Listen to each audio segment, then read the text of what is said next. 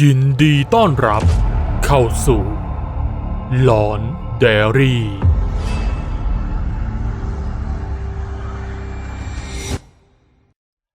ล่าท้าตำนานทั่วไทยไปกับน้ำมันเครื่องอีเดมิสึแคทเธอรีนแวนอินทาเนียเซรั่มระงับกลิ่นกายพรีเมียมแห่งสนิทเบาสบายไม่ทิ้งคราบก่อนชมคลิปนี้ขอคนละ1 ไลค์เพื่อเป็นกำลังใจให้ทีมงานด้วยนะครับรถ6 ล้อเคลื่อนตัวมาอย่างช้าๆก่อนจะเลี้ยวเข้ามาในวัดตอนกลางดึกลุงเราอย่ารับงานแบบนี้อีกเลยนะผมไม่อยากทำแล้วมันเสี่ยงเกินไปเอกผู้เป็นหลานชายพูดขึ้นด้วยความวิตกกังวลในขณะที่ลุงพลสัปเหร่อยืนชะเง้อมองแสงไฟหน้ารถที่กำลังขับเข้ามาก่อนจะหันมามองหน้าหลานชายอย่างไม่พอใจถ้าเองอยากเป็นศพเองก็เลิกไปได้เลยไอ้เอก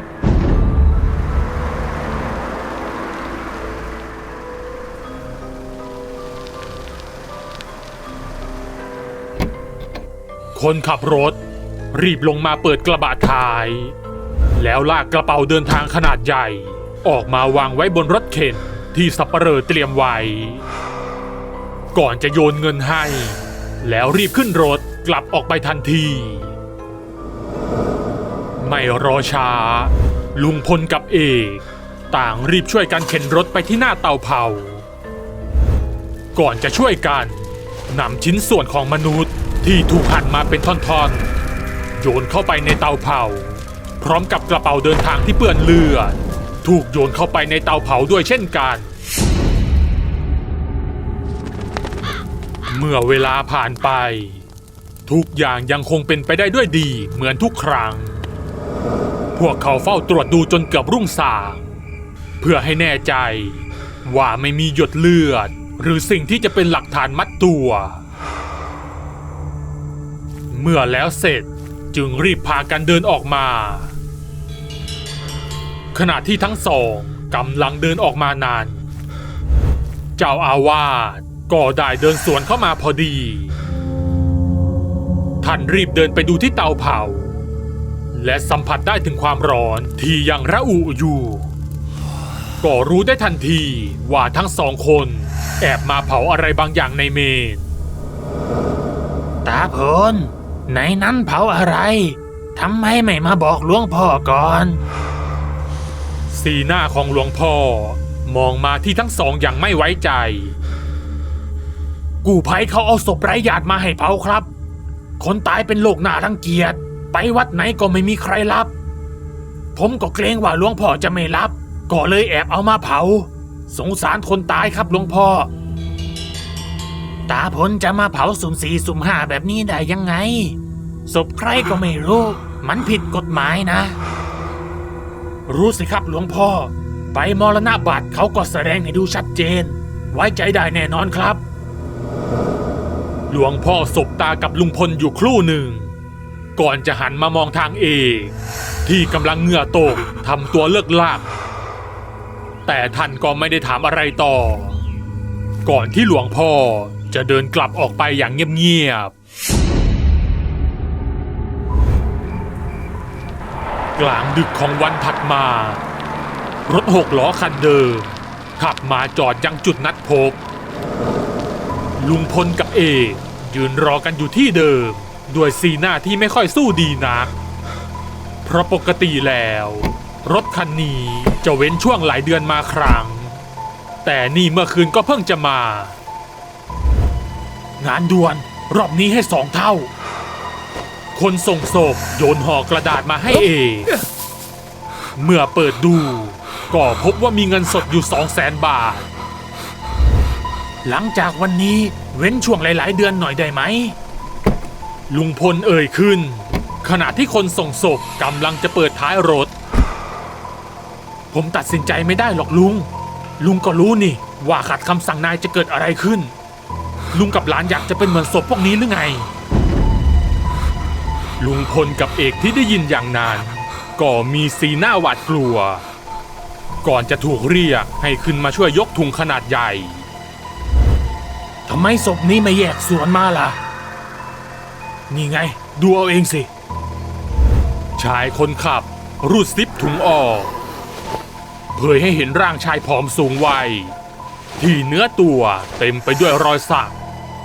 และมีเส้นผมกับหนวดเคราที่ยาวรกรุงรังไอ้นี่มันเป็นหมอผียิงฟันไม่เข้านายสั่งให้เผามันทั้งอย่างนี้แหละ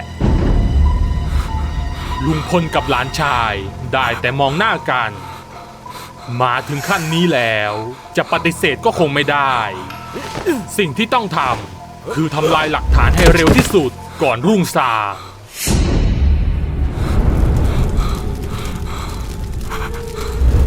ลุงนี่มันจะเกือบชั่วโมงแล้วศพที่เตามันแทบไม่ไหม้เลยนะ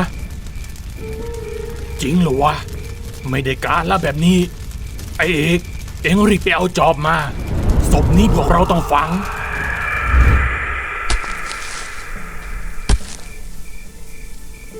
สองลุงหลานต่างช่วยกันขุดหลุมเพื่อฝังศพจู่ๆได้เกิดมีเสียงนกแสกร้องบินวนไปมาอยู่เหนือหัวของพวกเขาก่อนจะเกิดลมกันโชกแรงพัดโบกสะบัดต้นไม้น้อยใหญ่เมฆสีดำเคลื่อนตัวเข้ามาปกคลุมอย่างรวดเร็ว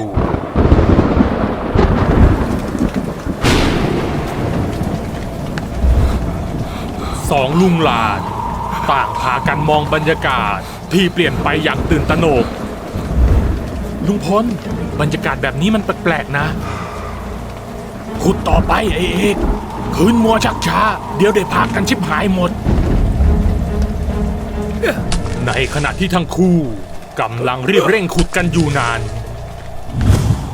จู่ๆก็มีบางอย่างตกลงมาจากต้นไม้มันคือส่วนหัวที่ไม่เกลียม3 หัวเหล่านั้นได้แสยยิ้มมาให้ทำให้ลุงพลและเอกต่างตกใจกลัวยืนขาแข็งตาค้าง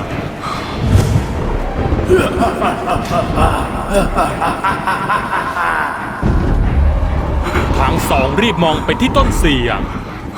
ก่อนจะพบว่าศพที่พวกเขาเอามานั้นกำลังนอนหัวเราะกรอกตาไปมามันค่อยๆลุกขึ้นนั่งและหันมองมาทางพวกเขาอย่างอาฆาตผีหลอกพูดจบเอกก็ออกตัววิ่งหนีไปทันที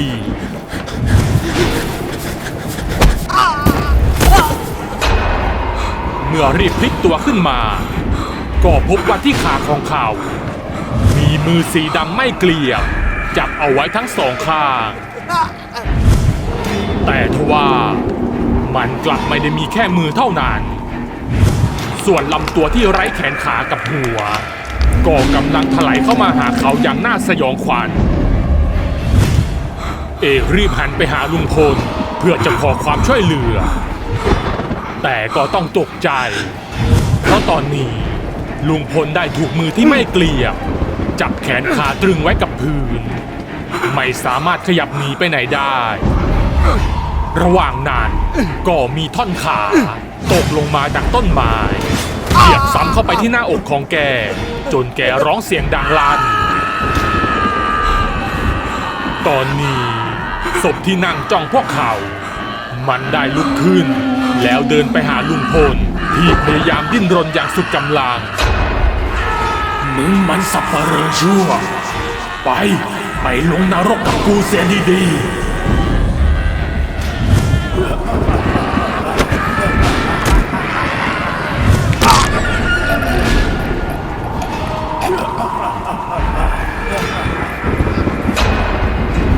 มันได้ลุกขึ้นยืนอีกครั้งและหันมาทางเอกอย่างอาฆาตเอกที่เริ่มคุมสติตัวเองไม่อยู่เขารีบหลับตาและพนมมือด้วยความกลัว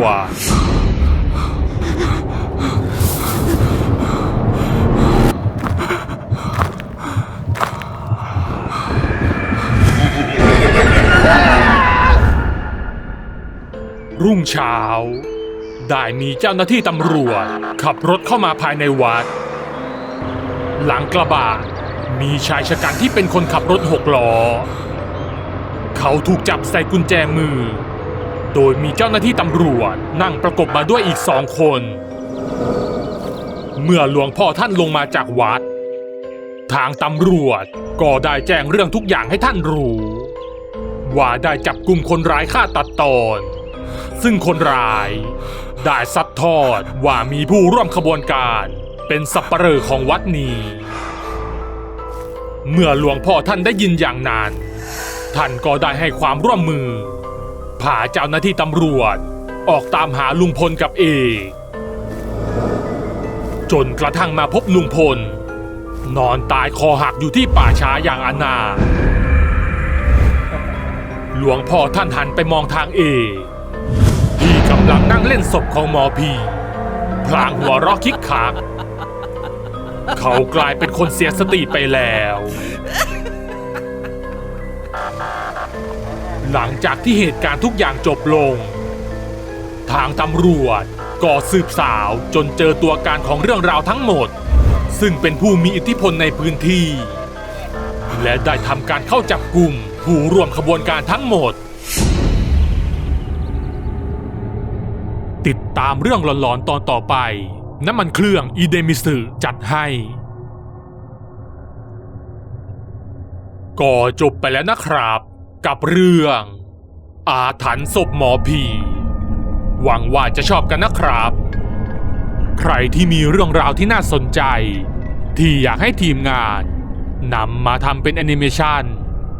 ก็สามารถส่งเข้ามาที่แฟนเพจหลอนไดอารี่ได้เลยนะครับ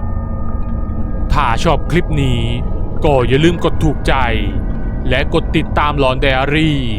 ทั้งช่องทาง Facebook และ YouTube เพื่อจะได้ไม่พลาดคลิปใหม่ๆอีกมากมายและเป็นกำลังใจให้ทีมงานทำคลิปต่อๆไปด้วยนะครับขอบคุณทุกท่านที่เข้ามารับชมครับ